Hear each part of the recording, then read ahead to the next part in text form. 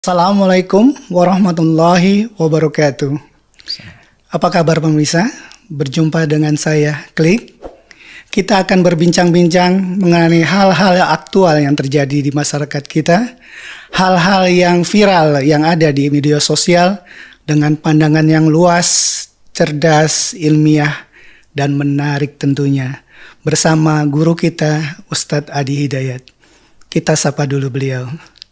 Assalamualaikum, Ustaz. Waalaikumsalam warahmatullahi wabarakatuh. Mohon maaf, Nat, suara saya agak begini nih. Alhamdulillah. Itu tandanya banyak aktivitas yang dikerjakan. Ya. Cuma kalau berlebihan mungkin ini, Ustaz, jadinya. Ya, pertengahan itu lebih baik. Pertengahan itu yang lebih baik ya, Ustaz. Terukur, proporsional.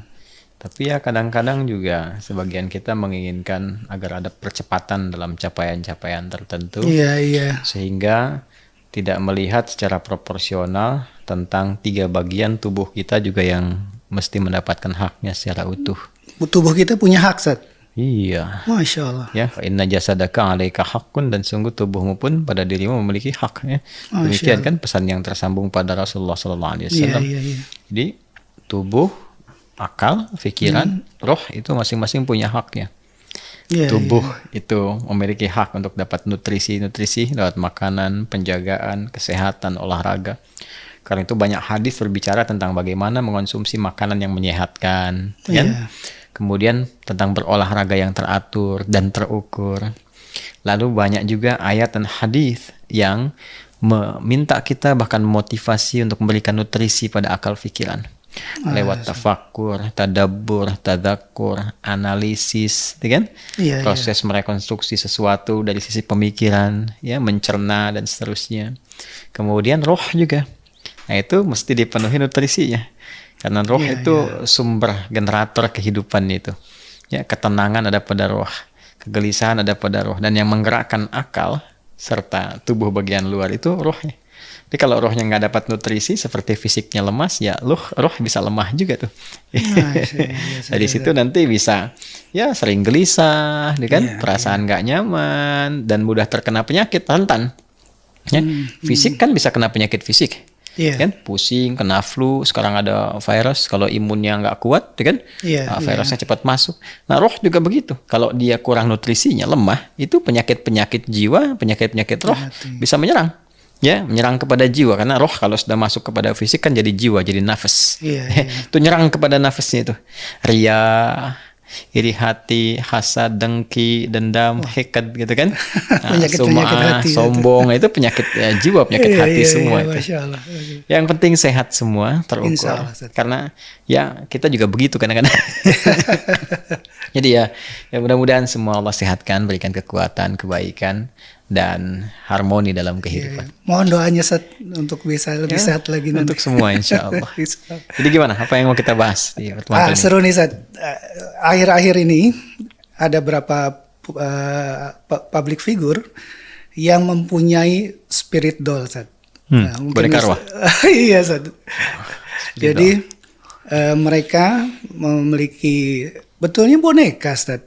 Tapi mereka anggap sebagai teman hidup. Ada yang mengangkat atau mengadopsi sebagai anak, ada yang menjadi teman, dan mungkin malah ada yang menjadi istri atau apa satu gitu. Kenapa nggak anak beneran aja? Betul saja. Karena masih ada fakir miskin. Iya, betul, kan? betul. Kemudian juga yang membutuhkan perhatian. Betul. Tapi gimana pandangan Islam menurut Ustaz? Ya, ini sudah bagus nih pengantarnya, gimana pandangan Islam ya. Jadi kita akan batasi pembicaraan kita dalam ranah keislaman. Iya, betul, Ustaz. Yang ditujukan khususnya menjadi bimbingan bagi umat Islam. Karena umat Islam mesti mengetahui tuntunan dinnya, agamanya. Jadi ketika mengatakan muslim, itu kan derivasi dari kata aslama yuslimu. Yang artinya patuh, tunduk, taat. Ya kan? Orang yang patuh, tunduk, itu disebut dengan muslim namanya.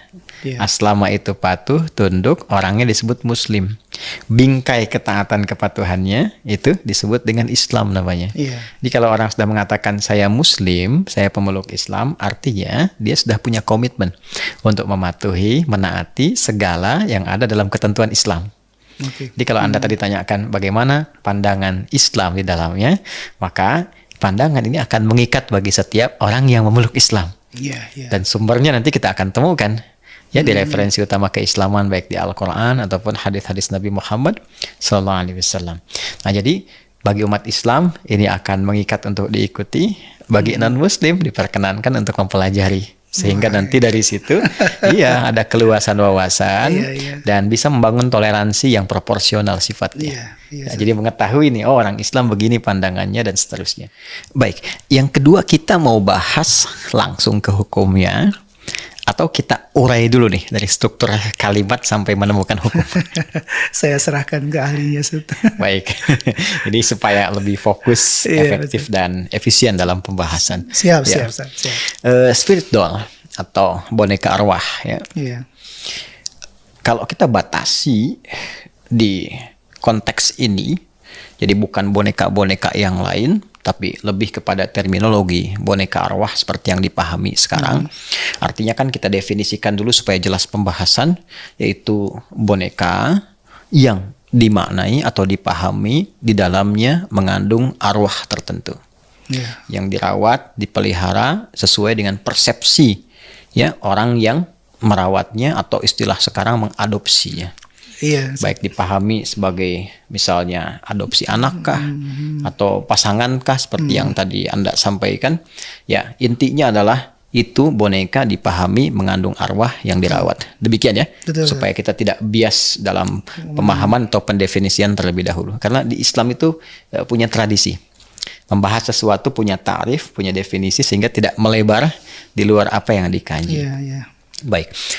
Di dalam Islam arwah itu punya bab sendiri pembahasannya. Seperti boneka pun punya bab sendiri. Nah, itu betul sekali di Islam itu. Arwah itu jamak dari kata roh. Oh iya. Roh, sumber kehidupan ya bagi setiap makhluk yang bernyawa. Kalau kita bawa ke dalam kehidupan kita sebagai manusia, maka sumber kehidupan kita pun bersumber dari roh. Ya, dan sumbernya langsung dari Sang Pencipta, dari Allah Subhanahu wa taala. Allah berfirman di Quran surah ke-17 Al-Isra ayat 85. Wa yas'alunaka 'anir ruh qulir ruhu min amri rabbi wa ma utitum minal ilmi illa qalila. Dan mereka banyak bertanya, ingin meneliti tentang esensi roh. Infokan kepada mereka Muhammad SAW bahwa roh itu urusan Rabbku. Nah, ini semua hal terkait dengan roh itu sumbernya kembali kepada Allah Subhanahu wa taala. Wa ma utitum minal ilmi illa qalila. Dan tidaklah kalian diberi pengetahuan melainkan sedikit. Jadi tidak semua dari esensi kehidupan itu bisa digali oleh manusia, bisa ditangkap, diketahui oleh manusia. Sehingga dari sini ada celah-celah dari manusia itu untuk berpasrah kepada Allah dan mengakui dirinya lemah dan kembali memohon kepada Allah yang Maha Mengetahui. Nah, karena sumbernya dari Allah, maka kita harus mencari referensi yang terkait dengan pernyataan-pernyataan, firman-firman, keterangan-keterangan yang disampaikan oleh Allah. Bagi kita umat Islam, kita lacak dalam Al-Quran. Dan penjelasan Al-Quran ada di hadis Nabi SAW. Roh, ketika ditiupkan sebagai sumber kehidupan bagi setiap manusia khususnya, maka namanya kemudian ketika masuk roh ke dalam jasad disebut oleh Al-Quran dengan nama nafas namanya. Ya, nafas. Jadi kalau mulanya roh masuk ke dalam fisik di Quran surah ke-15 Al-Hijr ayat 28 sampai 30-nya itu. Ketika Allah berfirman, wa idz qala rabbuka lil malaikati inni khaliqum basyara min salsalim min hama'im masnun fa idza sawaituhu fisiknya wa nafakhtu fihi bir ruhi faqaulahu sajidin. Ya, jadi ketika Allah berfirman, ya, wa idz qala rabbuka lil malaikati, ya Muhammad sallallahu alaihi wasallam, ingatlah, pahami, ketahui ketika Rabbu, ya kan, berfirman kepada malaikat, memviralkan ini bahwa aku akan mencipta makhluk baru namanya bashar, manusia. Ya, kalau disebut bashar itu menunjuk pada tampilan fisiknya, kulitnya yang halus, penampilan yang baik, serta potensi nafsu dalam dirinya. Disebutkan 35 kali dalam bentuk tunggal bashar, dan basyara ini sekali dalam Al-Quran. Ya, materinya berbeda dengan malaikat yang sudah tercipta sebelumnya dari nur, kemudian jin yang sudah tercipta sebelumnya dari api yang menyambar-nyambar. Baik, yang paling menarik adalah fa idza sawaituhu, kata Allah, maka bila telah sempurna penciptaan fisik yang berproses itu, Ya, jadi telah ada tahap tertentu dalam penciptaan fisik. Nanti kalau kita baca Al-Arba'in di hadis yang keempat disebutkan tuh, ya. Usia 4 bulan itu, ya, keadaan sudah 4 bulan membentuk mudghah. Ya, 40 hari ketiga, usia 4 bulan 120 hari membentuk mudghah, baru ditiupkan roh. Ya kan? Itu hadis yang disampaikan oleh Abdullah bin Mas'ud radhiyallahu taala anhu dari Nabi sallallahu alaihi wasallam. Inna ahadakum yujma'u fi batni ummihi 40 yawman nutfah, thumma yakunu mithla dhalika 'alaqah, thumma yakunu mithla dhalika mudghah. Ya, fayursalu ilaihil malak fayanfukhu fihi ruh. Sungguh setiap kalian anak cucu Adam dicipta di perut ibundanya berproses. 40 hari pertama proses perpaduan antara spermatozoa dengan ovum. 40 hari kedua berbentuk zigot yang mulai menempel di dinding rahim. Proses 40 hari ketiga berbentuk mudghah, seperti daging keratan, mulai ada bentuknya, ya. Lantas kemudian usia 40 hari ketiga itu 120 hari 4 bulan ditiupkan roh. Nah, roh ini saat masuk ke dalam jasad tadi yang telah berusia 4 bulan dalam proses itu, ya, itu ketika masuk disebut dengan nafas namanya. Karena itu tadi di Quran surah Al-Hijr tadi, fa idza sawaituhu, pakai sawa, di Asy-Syams surah 91 ayat yang ke-7 sampai 8 jelas menggunakan kalimat sawwa. Wa nafsiu, nafas, wa nafsiu wa ma sawwaha fa alhamaha fujuraha wa taqwaha. Dan demi nafas, kalau sudah sempurna penciptaannya, bentuknya. Bagaimana sempurna itu? Ketika rohnya sudah masuk ke dalam tubuh, jadi nafas dia. Maka nanti ada 2 potensi di dalamnya. Ya, potensi positif namanya takwa, itu protonnya kalau di kimia di atom itu. Ya. Nanti katalisnya, elektronnya itu, ya, namanya apa? Fujur namanya. Ya, nanti kalau Anda ngaji di Mira itu saya bahas itu. Saya bahas dengan detail, ya. Nah, secara singkatnya begini, sudah ada nafas kan? Nah, nafas ini yang diserap ke dalam bahasa Indonesia menjadi nafas, bisa bernafas. Nah, itu serapan dari bahasa Arab, itu diksi Al-Qur'an. Jadi dengan nafas itu sudah mulai beraktivitas, sudah artinya tanda kehidupan, ya, sudah mulai berkehidupan. Jadi bedanya roh dengan nafas, kalau roh itu masih di luar kan, begitu ditiupkan masuk ke dalam fisik, ya, menjadi jiwa, jadi nafas namanya. Baru itu diberikan ajal, ditetapkan ajal, batas kehidupannya. Ya, dia beraktivitas, beramal yang baik supaya cari bekal yang baik untuk pulang menghadap kepada Allah, mengentaskan dan menuntaskan misi sebagai khalifah di bumi dan dalam rangka ibadah kepada Allah. Misi khalifah itu di Quran surah kedua ayat 30, sebagai ibadah di Quran surah 51 ayat 56. Nah, diberikan ajal, batas waktunya.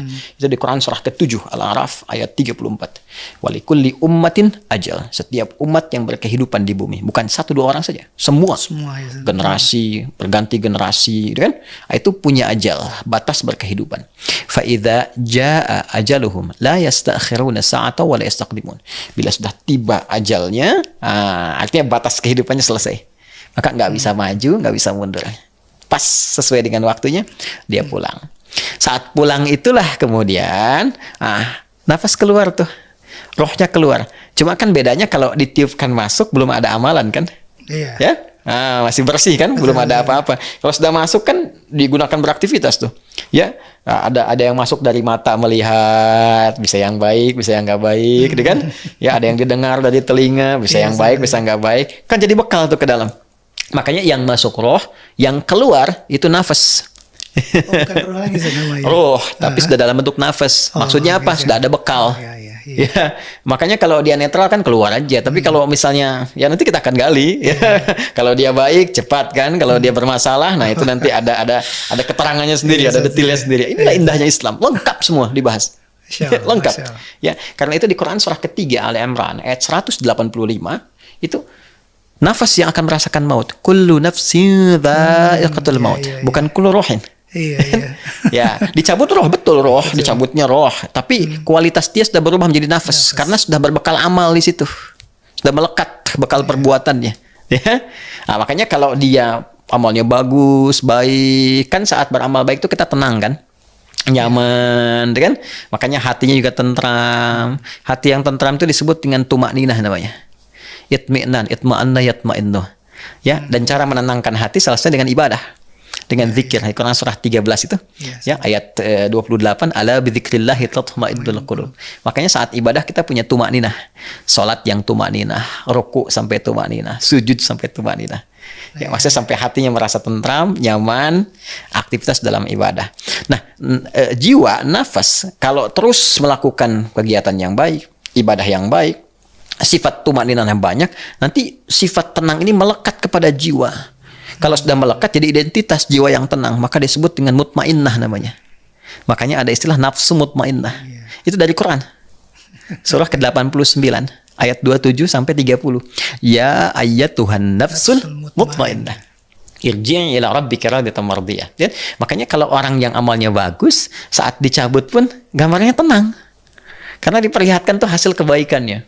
Amalannya, nanti apresiasi tertingginya, fadkhuli fi ibadi, masuk dalam golongan hambaku, wadkhuli jannati, ditampakkan tuh. Ya, nanti gambaran surganya, gambaran kebaikannya dan sebagainya. Kalau Anda pernah menyimak kisah Asiyah, kan? Ya, Asiyah radhiyallahu taala anha, ya, kalau kita berharap kebaikan-kebaikan paripurna, istrinya Firaun itu.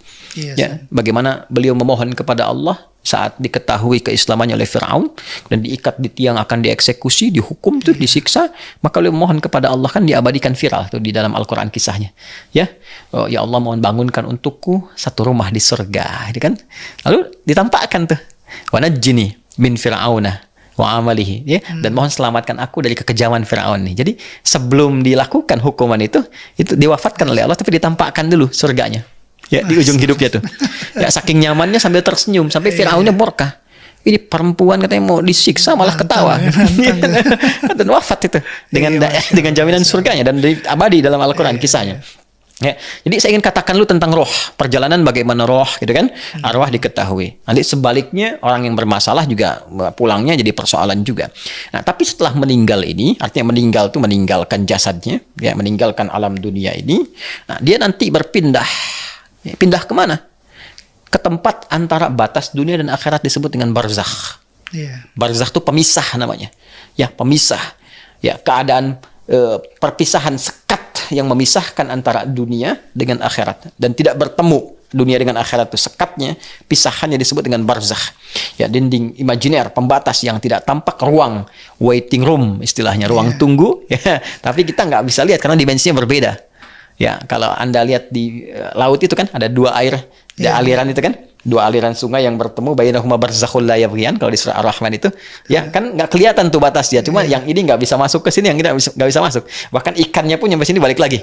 Itu barzakh namanya, pemisahnya. Ya, nanti tempat berada dalam barzakh itu jasad ditanamkan di ruang itu, kalau segi materi fisiknya disebut dengan kubur. Ya, afala ya'lamu idza bu'thira ma fil qubur. Di kubur, tempat jasadnya itu dikuburkannya, alam waiting room, tempat tunggu, ini disebut dengan barzakh. Ini perkara iman ya, bukan perkara akal. Kalau perkara akal ilmu, jadi riset. Jadi nggak bisa riset ke alam barzakh, meninggal dulu tuh baru masuk. Makanya pertanyaan seputar alam barzakh ini perkara iman. Jadi bukan hanya kita menuntut akal yang sehat, tapi iman yang sehat juga. Nah, bagi orang Islam itu ketika berislam pertama kali syaratnya iman dulu. Ya kan? Syahadu an la ilaha illallah, syahadu anna Muhammadar Rasulullah. Nah, syahadu an la ilaha illallah itu, syahadu anna Muhammadar Rasulullah itu punya cabang 6 pokoknya, disebut rukun.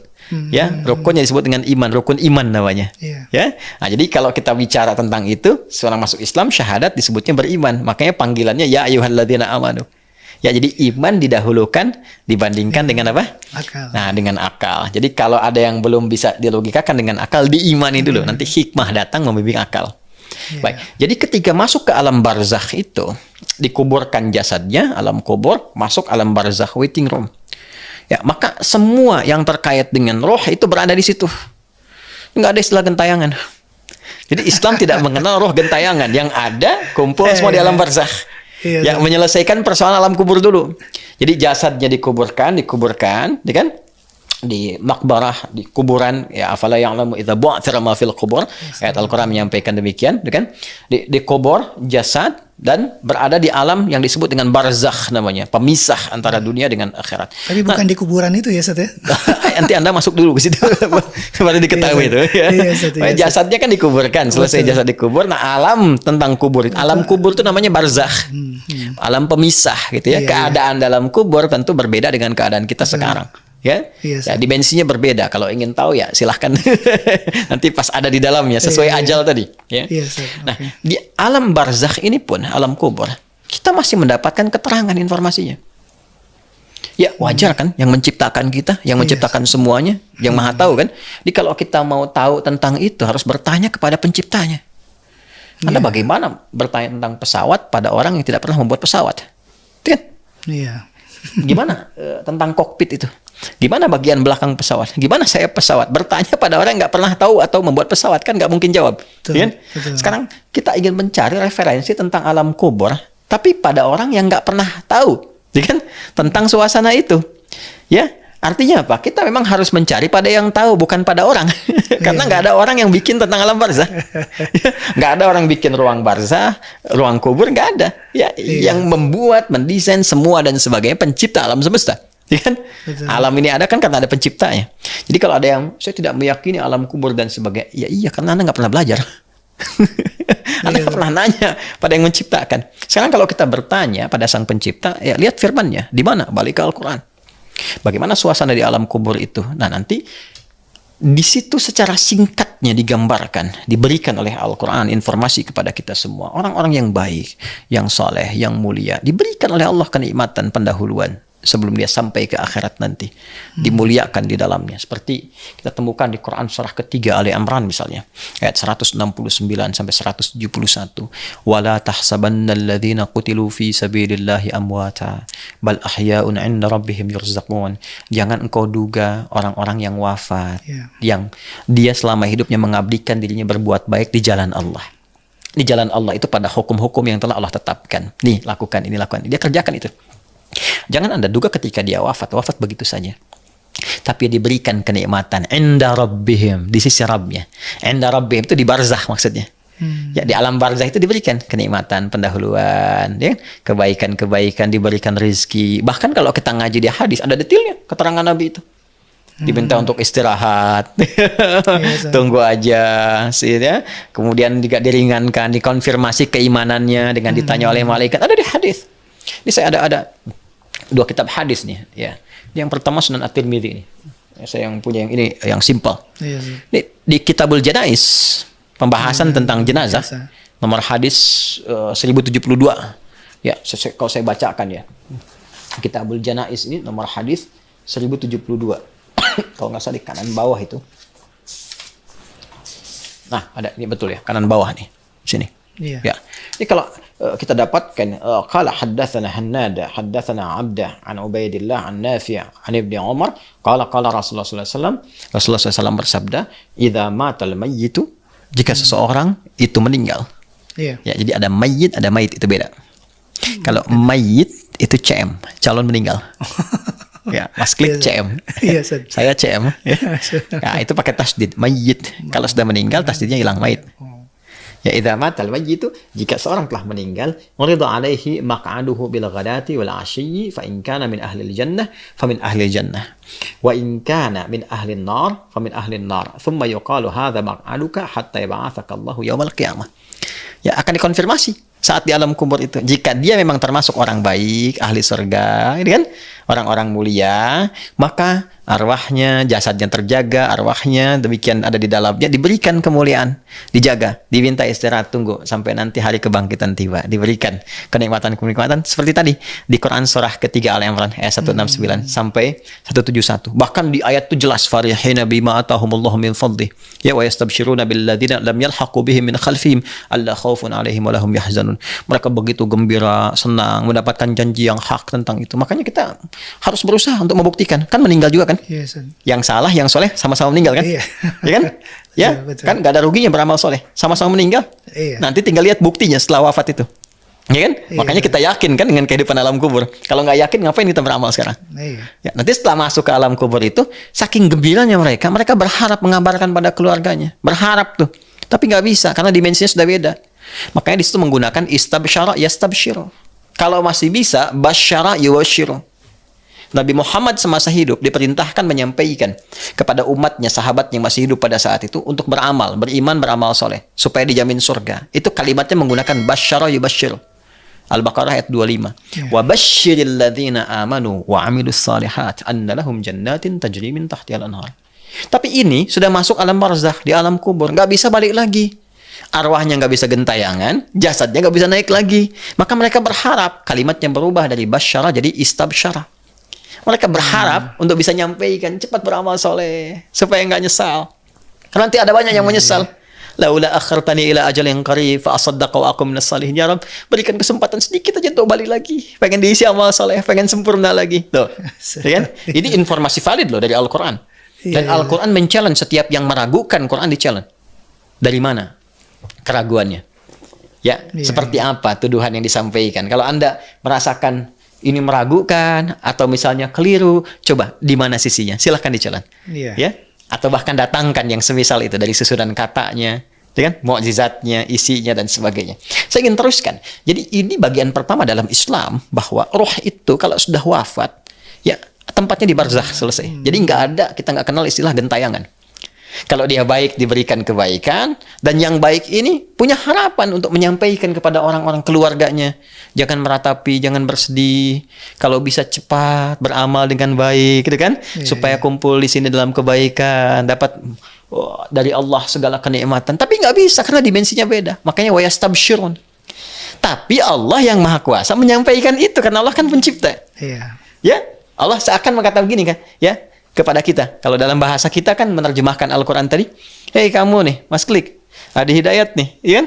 Teman kamu, kolega kamu yang soleh itu, yang lebih dulu meninggalkan kamu, kalau mereka mampu akan mengatakan kepada kamu, begini, ya kan? Makanya kisah orang-orang soleh itu kan abadi sampai dengan kekinian. Tapi nggak pernah kan rohnya gentayangan. Ya kan? Jadi kita tidak mengenal istilah roh yang gentayangan, misalnya dalam konteks dia hinggap ke benda-benda tertentu. Ya, dalam konteks datang ke benda ini. Ya kan? Nanti itu babnya. Yang salah juga demikian, menyelesaikan persoalan di alam barzakh itu. Di alam kubur itu. Ya. Apa yang diselesaikan persoalan ada di surah Ghafir ayat ke-46. Yaitu kan kisah tentang akumulasi kejahatan Firaun yang ketika diwafatkan di alam barzakh, muminya boleh jadi dipasang di museum. Tapi rohnya di mana? Ya, kan belum pernah kita dengar sekarang ada roh Firaun di boneka kan tidak. Kan? Versi film mungkin ada. Iya, ya, dia rohnya di mana? Ya, tetap di barzakh kan? Di barzakh. Apa yang terjadi dengan itu? Allah tampakkan kata Allah, yu'raduna 'alaiha. Ya, ditampilkan kepada dia itu kan neraka, ya, ghudwa wa ashiya, setiap pagi dan petang. Gitu. Jadi kalau ada yang mengatakan bahwa alam kubur itu nggak ada siksaan, adanya tidur. Kita bisa jawab dengan mudah itu. Terus kalau Anda tidur, ketemu kuntilanak, nggak bangun-bangun, kira-kira gimana tuh? Tersiksa nggak? Ini baru nampil aja begini kan? Baru tampil kelihatan langsung Anda pengen bangun kan? Sekarang Anda mimpi nggak bangun-bangun. Itu ditampakkan neraka pagi dan petang. Dan dia nggak ada punya kesempatan untuk bangun. Bukankah itu siksaan yang sangat pedih? Ya, itu baru mukaddimah. Itu baru mukaddimah. Nah, jadi, roh itu punya urusan di alam barzakh. Ya, diselesaikan masing-masing. Yang baik itu nanti punya konsekuensinya, yang tidak baik punya konsekuensinya. Di alam ini Allah punya kehendak sendiri. Ya, nanti untuk anak-anak kita itu detil saya dalam Islam. Detil, Masya Allah. Untuk anak-anak yang belum balik, nanti ada detilnya, bagaimana keadaan rohnya. Untuk orang yang sudah balik beramal soleh, bagaimana keadaan rohnya. Para syuhada, bagaimana keadaan rohnya. Kan? Tapi tidak ada satupun referensi di dalam keislaman yang mengatakan bahwa roh itu setelah meninggal ada yang gentayangan dan misalnya hinggap di boneka dan sebagainya. Atau yang tugasnya nggak selesai katanya sedih. Oh, tugasnya nggak selesai jadi balik lagi minta diselesaikan. Itu tidak ada. Karena kalau sudah batasnya tuntas, ajalnya tiba, itu sudah bicara selesai nggak selesai. Nggak ada lagi konteksnya selesai nggak selesai. Pertanyaannya tinggal bagaimana mempertanggungjawabkan apa yang telah dilakukan. Jadi bukan selesai nggak selesai, pertanyaannya kenapa nggak Anda selesaikan? Waktunya kan sudah disusun, sudah maksimal sebaik mungkin. Jadi itu babnya, ya. Jadi kita tidak mengenal bahwa roh itu belum menyelesaikan tugasnya sehingga dia harus hinggap dulu di boneka tertentu, gentayangan, mencari apa istilahnya inang, inang dalam bentuk boneka atau benda tertentu, atau bahkan pohon dan sebagainya. Itu bukan keyakinan dalam Islam. Tegas ya, tegas sekali, tegas. Dan nanti spesifik pembahasan detail roh keadaan di barzakh kita punya babnya sendiri. Yang ini tentu tidak Anda tanyakan dan dibahas di kesempatan kali ini. Ya. Nanti roh anak-anak ada detailnya ada sekali. Kita itu lengkap sekali. Ya, dunia lengkap. Kalau Anda mau cari ya satu-satunya di muka bumi yang membahas detail tentang kehidupan secara tuntas, detail dari mulai penciptaan di muka bumi ke alam kubur sampai hisab, sampai kiamat sebelumnya, kiamat, hisab, perkumpulan sampai masuk tempat ujungnya surga dan neraka. Sampai diberikan rinci surganya bagaimana, namanya apa, sampai nerakanya. Cuma di Islam. Iya. Ya, figur positifnya dari mulai malaikat dan seterusnya, negatifnya sampai iblis ketemu setan itu dibahas juga. Dan lengkap dengan alurnya. Ya, awal sampai akhirnya. Makanya kita punya pembahasan asal usul setan sampai akhir tragis iblis itu. Ya, itu dari Quran hadis semua. Nah, jadi ini yang di At-Tirmidzi. Nanti di Al-Bukhari juga ini ada nih. Ya, nanti di Kitabul Janaiz juga. Kitabul Janaiz. Nanti di hadis nomor 67 dan 82 juga tidak jauh berbeda dari apa yang disampaikan. Bahkan malaikatnya nanti akan diberikan gambaran mengonfirmasi ini yang saleh, ini yang salah. Bagaimana muara kehidupannya di akhir itu. Tapi kesimpulan yang ingin kita tarik adalah kita tidak mengenal ada roh yang arwah yang penasaran. Kalau arwah itu jamak dari roh ya. Arwah yang masih penasaran, gentayangan atau hinggap mencari inang di benda-benda tertentu, kita tidak mengenal itu.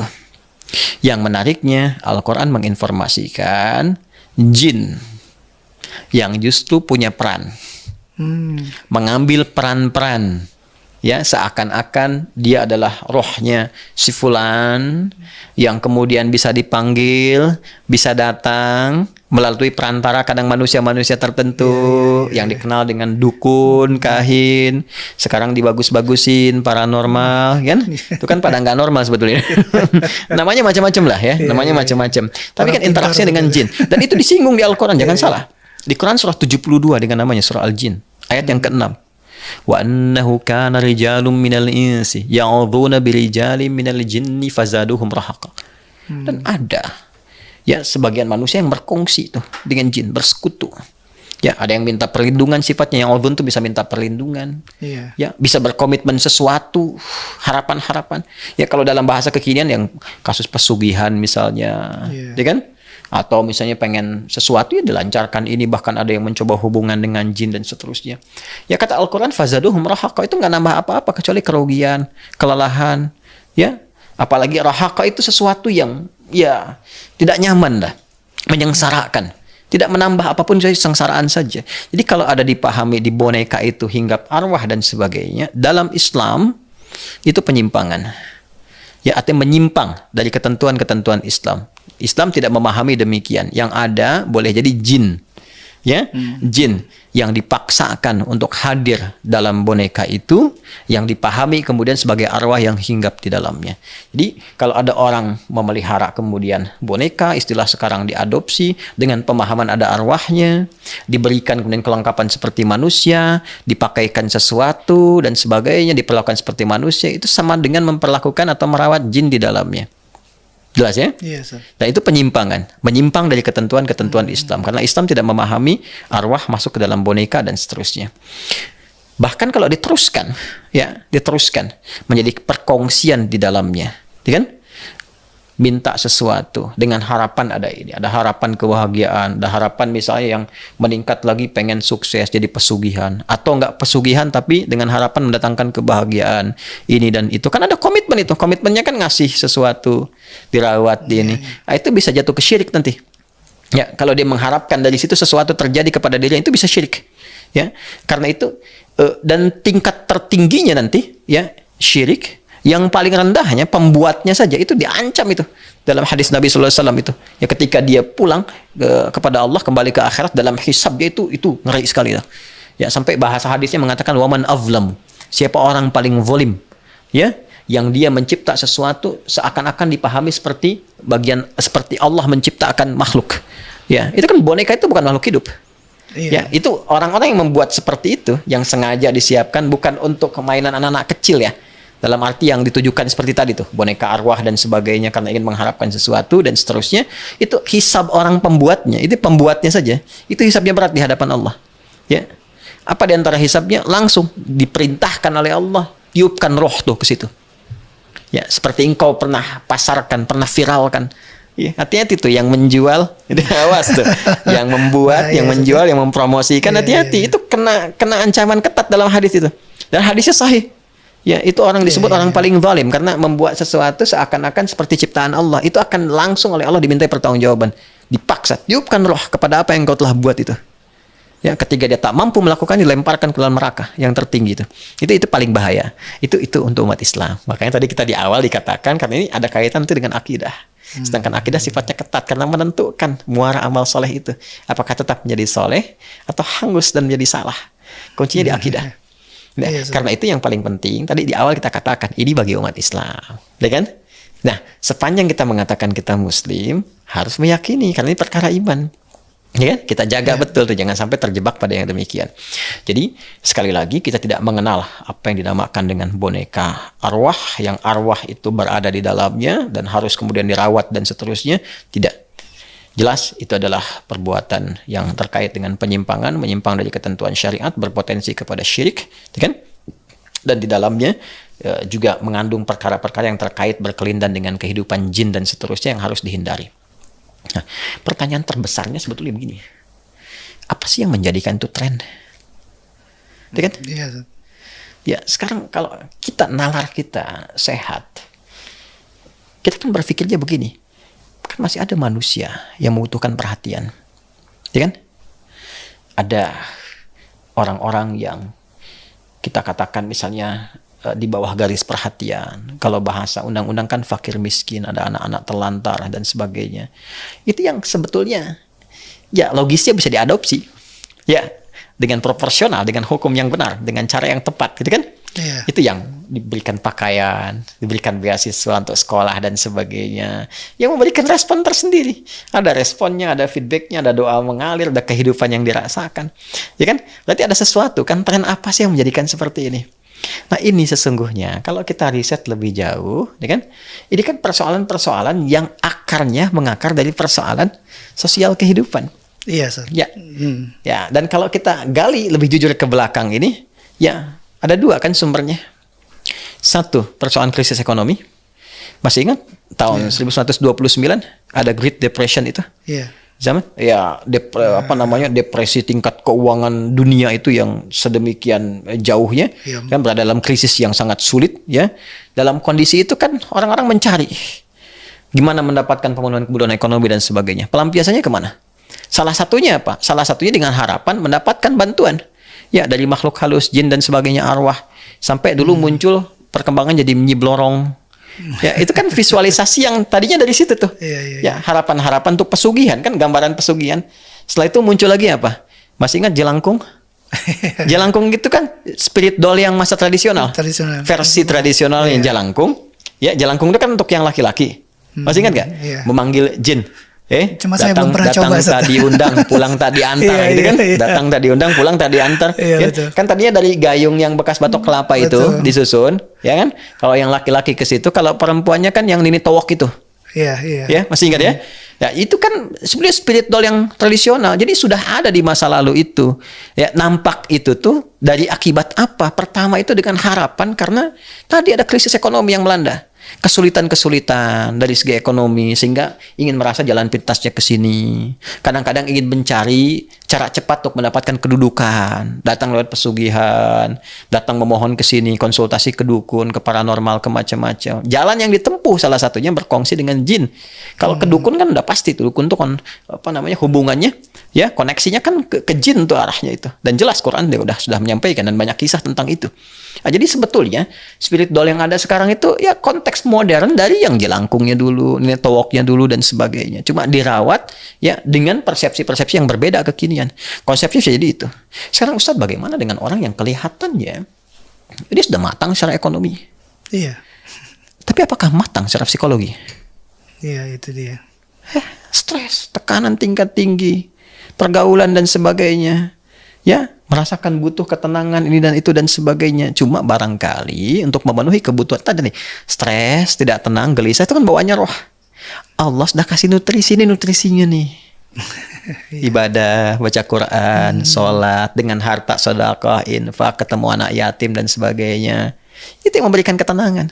Tapi kalau kita salah referensi, datang kepada orang A, orang B, ingin ikut-ikutan, ingin tiru, ingin seperti Thailand, ya kan? Di Thailand kan marak tuh, ya kan? Iya. Sampai dibeli seat sendiri di pesawat dan sebagainya. Ya, karena di sana kan nggak ada secara umumnya konsepsi keislaman kan ya bukan jadi pedoman mayoritas yang ada di sana. Jadi wajar kalau dia mencari menemukan belum ditemukan, ketemunya yang seperti ini. Ya, perdukunan kan banyak di Thailand juga, santet juga banyak juga, ya kan? Iya betul. Nah, masa kita yang Muslim yang sudah punya nih solusinya, punya caranya, harus ikut-ikutan seperti itu, ya? Jadi kita punya 3 persoalan serius ini. Persoalan pertama adalah persoalan yang melekat pada tugas para ulama, mubalik, dai, untuk memberikan pendampingan pencerahan yang bisa menembus batas-batas ruang, ya, segala elemen di lapisan sosial masyarakat. Ngajar sekaligus tanggung jawab setiap muslim itu untuk belajar kembali dengan baik, gitu kan, dengan cara yang lembut, yang harmoni, menerangkan.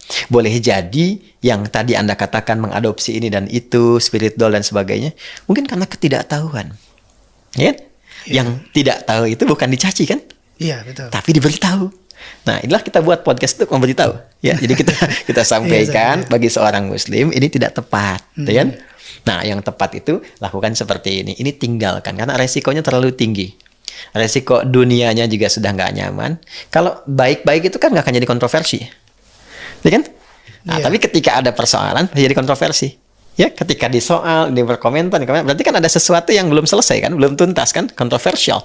Ya, meninggalkan yang kontroversial dalam Islam itu lebih utama dibandingkan melibatkan diri di dalamnya. Apalagi yang punya resiko-resiko hukum-hukum yang ketat, ya, yang haram misalnya dan sebagainya. Maka ini tinggalkan. Itu bab yang pertama. Yang kedua, kita punya persoalan tadi di sisi kesejahteraan sosial di masyarakat. Ya boleh jadi yang terekspos tuh yang ya tadi kayak public figure merawat ini dan itu, mungkin persoalannya kegelisahan hati, ketenangan, tingkat pekerjaan misalnya, ya kan, stres dengan ini dan itu, masa pandemi dan seterusnya, sehingga pelariannya ke sisi yang lain. Ada boleh jadi mungkin ya di sisi kepasangan, ada keturunan dan sebagainya, tapi belum menemukan formulasi yang benar secara agama. Kalau dia beragama kan, nah ini PR nih, kesejahteraan fakir miskin, ya kan? Dan anak terlantar, lah ini perannya pemerintah, negara. Karena di undang-undang kan dipelihara oleh negara. Tapi kita sebagai masyarakat juga membantu.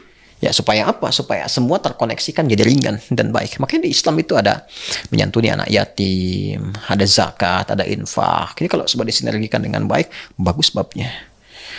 Inilah spirit doll itu. Ya, jadi saya kira daripada kita mengurusi arwah boneka, lebih baik kita merawat roh kita sendiri saja. Iya. Ya, jangan-jangan roh kita aja belum aman saat pulang gitu kan. Nah, kita sedang harus ngurus boneka dengan rohnya itu. Nah, jadi saya pikir itu yang terkait dengan spirit doll, Mas Klik. Ya, jadi bagi umat Islam jauh yang demikian. Tegas ya, Ted. Tegas. Karena ini bisa masuk masalah akidah. Iya. Ya, itu nggak usah apa ya. Alternatif begini, alternatif ini tidak ada. Ini babnya bukan bab boneka biasa. Kalau babnya boneka biasa, kita bisa bikin podcast yang baru. Kan? Untuk anak kecil bagaimana, batasannya gimana, khilafnya di mana. Tapi kan tadi saya ke awal, kita sepakat kan? Ya kan? Batasin di spirit doll saja, karena yang lagi sekarang dibahas viralnya kan spirit doll, boneka arwah. Ya kita aja fokus di situ supaya nanti gambarannya nggak lompat bertanya ke sana kemari. Betul. Sekarang kalau ada orang bertanya bagaimana kalau boneka biasa untuk anak-anak, bikin podcast lagi. Kita siapkan. Iya. Saya kira demikian ya. Terima kasih Baik, perbincangannya. Mudah-mudahan bermanfaat insyaallah. Ya, membuka wawasan kita, Kak. Ya, sekali lagi, yang ingin saya tegaskan adalah pertama, apa yang kita uraikan bimbingan untuk umat Islam. Ya, sekalipun non-muslim ingin mengambil manfaat, mengetahui supaya proporsional dalam bertoleransi, membangun interaksi sosial yang baik, alhamdulillah tidak ada masalah di situ. Yang kedua, ini yang paling penting, bila pun ada yang terlibat dalam kasus-kasus dimaksud, tidak boleh juga kita bereaksi secara berlebihan negatif dan sebagainya. Boleh jadi itu karena ketidaktahuan. Dan yang tidak tahu diberitahu, bukan dicela, dimarahi, apalagi dipukul, disakiti, tidak. Kita ajaran untuk mencintai, merangkul, ya kan? Dan mendoakan segala nilai yang terbaik. Dan kita mudah-mudahan berharap dengan itu semua ada hidayah untuk kita semuanya, ada kebaikan untuk kita semua, yang bila semua warga baik, ya negara akan terbantu dalam kebaikan. Saya kira itu. Makasih, Ustaz. Pemirsa, demikian bincang-bincang kita dengan guru kita, Ustadz Adi Hidayat. Semoga menjadi tambahan wawasan keilmuan kita yang mendekatkan kita kepada Allah Subhanahu wa Ta'ala. Saya Klik. Assalamualaikum warahmatullahi wabarakatuh.